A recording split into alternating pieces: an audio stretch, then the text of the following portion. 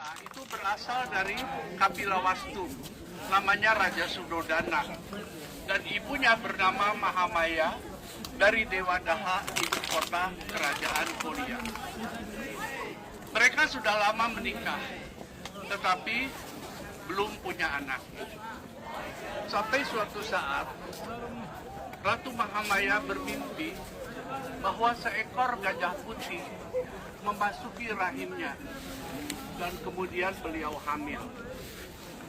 Setelah tiba saatnya untuk melahirkan, sesuai dengan adat kebiasaan orang India, bahkan sampai sekarang, kalau melahirkan anak pertama itu tidak di rumah mertua, tetapi pulang ke rumah mama.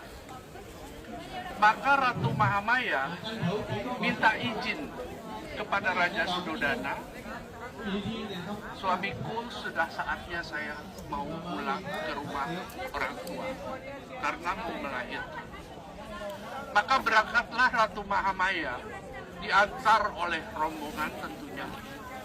Dan di tengah-tengah antara kerajaan Kapilawastu dengan kerajaan Korea ada sebuah taman yang indah yang dikelola oleh kedua negara ini secara bersama-sama.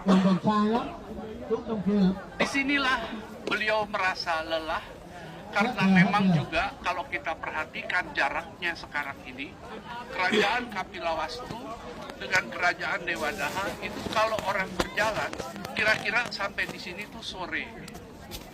Jadi memang sudah waktunya untuk istirahat. Maka berhentilah beliau di sini dan kemudian beliau mandi. Kolam beliau mandi itu masih bisa kita saksikan. Dulu waktu pertama-tama saya ke sini, saya salah. Saya mengatakan, disinilah Ratu Mahamaya mandi membersihkan dirinya setelah melahirkan Pangeran Siddhartha. Ternyata salah. Karena Bodhisatwa lahir itu tidak membawa kotoran. Justru Ratu Mahamaya membersihkan dulu tubuhnya untuk menyambut kelahiran putranya.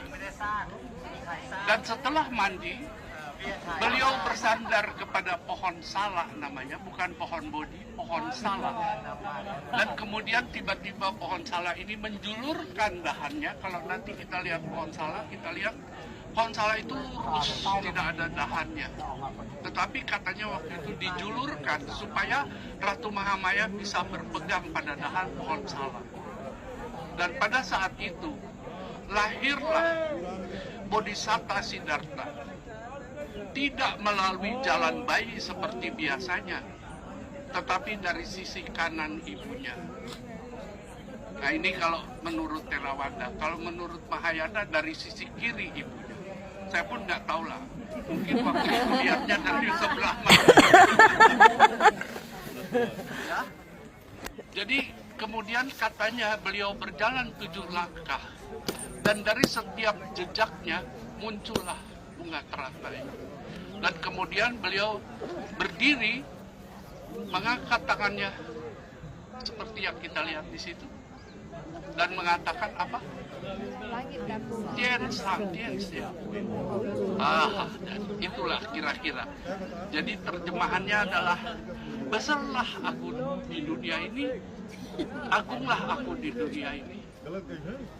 Tidak ada yang menyamai aku. Tidak akan adalah lagi kelahiran bagiku. Ya, jadi sejak lahir Bodhisattva itu sudah bertekad bahwa ini adalah kelahirannya yang terakhir. Sekarang kita berada di taman ini, saya pun mendoakan supaya ibu-ibu, bapak-bapak, ini kelahiran yang terakhir. Amin.